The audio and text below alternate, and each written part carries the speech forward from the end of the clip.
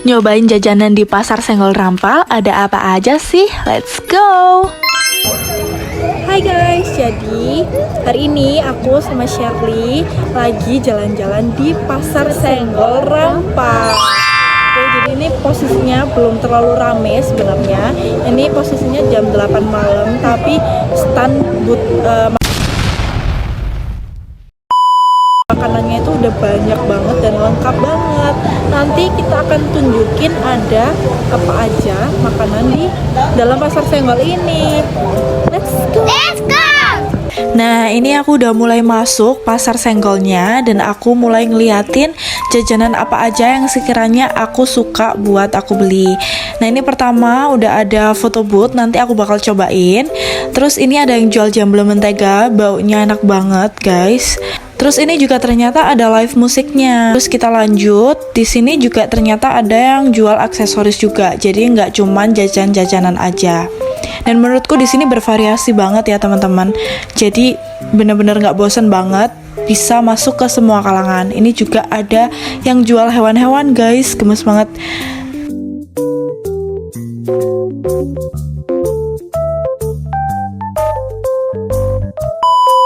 Nah, kita mewawancarai narasumber yang pertama, yaitu sebagai penjual bernama Ibu Dina. Ibu Dina ini mengaku bahwa beliau sebelumnya sudah pernah berjualan, namun bukan di bidang foto booth. Jadi Ibu Dina ini, kalau kalian tahu guys, dia buka stand foto booth di Pasar Senggol Rampal, dan posisinya itu tepat di awal-awal banget ketika kalian baru masuk ke dalam Pasar Senggol Rampal. Dia itu di posisi kanan ya, Syar ya? Iya, betul. Nah, selanjutnya nih terkait dampak positif yang Ibu Dina rasakan semenjak beliau berjualan di Pasar Senggol Rampal.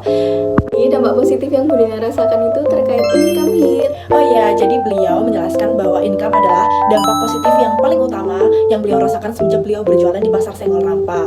Nah, terkait perubahan sosial yang Bu Dina rasakan, benar Bu Dina mengiyakan adanya perubahan sosial yang terjadi di lapangan Rampal ini semenjak ada Pasar Senggol Rampal, terutama untuk penjual seperti Bu Dina. Jadi Bu Dina menambahkan bahwa adanya perubahan sosial ini karena pemanfaatan lapangan Rampal yang menjadi maksimal karena pada malam hari dipergunakan sebagai pasar malam. Begitu, dan juga mungkin jadi lebih ramai. Selanjutnya kami akan menyampaikan tentang hasil wawancara kita kepada narasumber yang kedua, yaitu pengunjung. Jadi namanya Kak Riza. Dia ini menyampaikan bahwa perubahan sosial yang dia alami selama dia berkunjung ke Pasar Senggol Rampal ini, pasar malamnya atau wilayah sekitar Rampal jadi lebih ramai dari biasanya, yang dimana biasanya tidak ada aktivitas apapun di malam hari, tapi setelah ada Pasar Senggol Rampal ini jadi lebih ramai dan banyak kerumunan. Narasumber selanjutnya bernama Kak Hanin. Dia pengunjung juga, dan dia bilang kalau dia mengetahui Pasar Senggol Rampal ini dari media sosial. Nah, Kak Hanin ini menyampaikan bahwa perubahan sosial yang dirasakan itu dari keramaiannya. Jadi dia mengaku bahwa pasar malam ini menambah keramaian di daerah sekitar Rampal, yang dimana sebelumnya itu mungkin nggak terlalu ramai. Besar orang biasanya tertarik mau mencoba ke Pasar Senggol Rampal ini karena ingin mencoba makanan atau jajanannya, terutama pada anak-anak muda dan kaum milenial. Narasumber pengunjung selanjutnya yaitu Kak Manda. Kak Manda ini mengetahui Pasar Senggol Rampal dari media sosial TikTok. Kak Manda juga menyampaikan Kak Manda ini sering sekali datang ke Pasar Senggol Rampal karena kepo nih sama jajanan-jajanannya, makanan-makanannya yang mungkin ada yang baru. Narasumber selanjutnya yaitu Kak Novit. Beliau ini adalah salah satu penjual di Pasar Senggol Rampal. Kak Novit ini menceritakan dampak positif ketika ia berjualan di Pasar Senggol Rampal. Yang pertama, dia bisa menambah relasi. Dengan berjualan di Pasar Senggol Rampal, Kak Novit bisa menambah kenalan, menambah teman dengan penjual-penjual yang lain walaupun berbeda usia yang cukup jauh. Kemudian yang kedua, Kak Novit juga cerita bahwa dengan berjualan di Pasar Senggol Rampal, Kak Novit bisa mengisi waktu luangnya karena Kak Novit ini tidak kuliah juga tidak bekerja. Selanjutnya, Kak Novit juga menceritakan bahwa Kak ini sangat-sangat kreatif, jadi banyak produk-produk yang sangat bervariasi, yang sangat berbeda dengan produk-produk yang ada pada umumnya di market atau di pasar yang lain. Selanjutnya, Kak Novi juga menambahkan bahwa dengan adanya Pasar Senggol Rampal ini membawa dampak positif kepada masyarakat sekitar wilayah Rampal, karena dengan adanya Pasar Senggol Rampal ini menambah keramaian, jadi bisa menambah potensi interaksi sosial yang terjadi di dalam. Selanjutnya, Kak Yuliana juga menceritakan ada pengalaman yang tak terlupakan ketika Kak Yuliana berjualan di Pasar Senggol Rampal, yaitu pengalaman pertamanya ketika ia berjualan di Rampal dan dia harus menghadapi ibu-ibu yang menawar.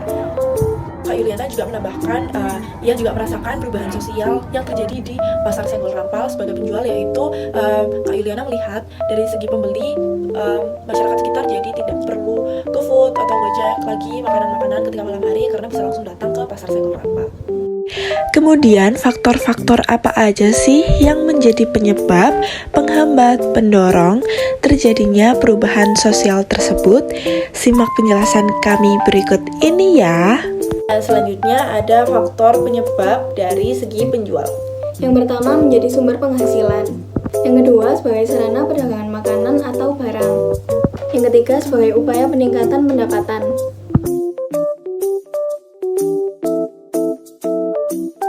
Menjadi pilihan tempat yang bisa dikunjungi oleh masyarakat. Warga Kota Malang mana sih yang nggak tahu lapangan Rampal? Dan ketika dibangun pasar malam di dalamnya, pasti ini menjadi faktor penyebab mereka tertarik untuk mengunjungi pasar Senggol Rampal. Manfaatan waktu luang bagi pembeli, terutama yang bekerja sebagai pegawai.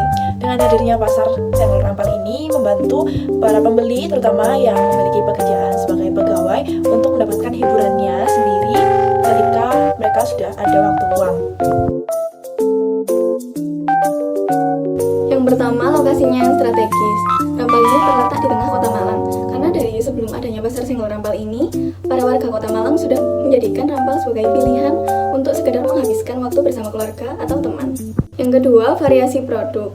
Setelah kami melakukan observasi, kami menemukan banyak berbagai macam produk seperti makanan, minuman, pakaian, dan aksesoris. Yang ketiga, pengalaman sosial dan rekreasi. Selain dijadikan tempat untuk berbelanja, pasar Senggol Rampal ini juga dijadikan sebagai sarana hiburan, tempat berkumpul, dan bersosialisasi.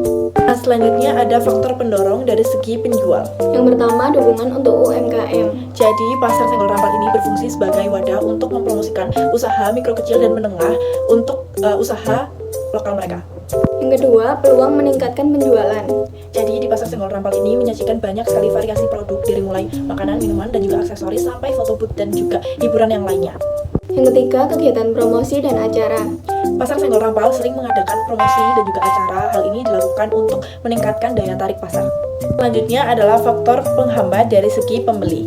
Yang pertama, kurangnya tempat duduk dan minimnya pencahayaan. Yang kedua, biaya parkirnya yang termasuk mahal dari pasar malam lainnya. Yang ketiga, tidak ada tempat khusus untuk lahan bermain. Selanjutnya adalah faktor penghambat dari segi penjual. Yang pertama, harga sewa stand yang mahal. Harga sewa stand di pasar Senggol Rampal adalah 200.000 per minggunya. Namun ketika ada satu hari penjual tidak datang atau tidak berjualan, maka mereka harus tetap membayar dengan nominal yang sama, yaitu 200.000. Yang kedua, terkait kebersihannya. Nah, penjual ini harus membersihkan stand mereka dan juga tempat di sekitar stand mereka, termasuk sampah-sampah yang dibuang sembarangan oleh pembeli. Yang ketiga, persaingan yang ketat. Di sana banyak ditemukan penjual-penjual dengan barang atau produk yang dijualnya itu sama. Jadi, semakin meningkatnya persaingan yang ada.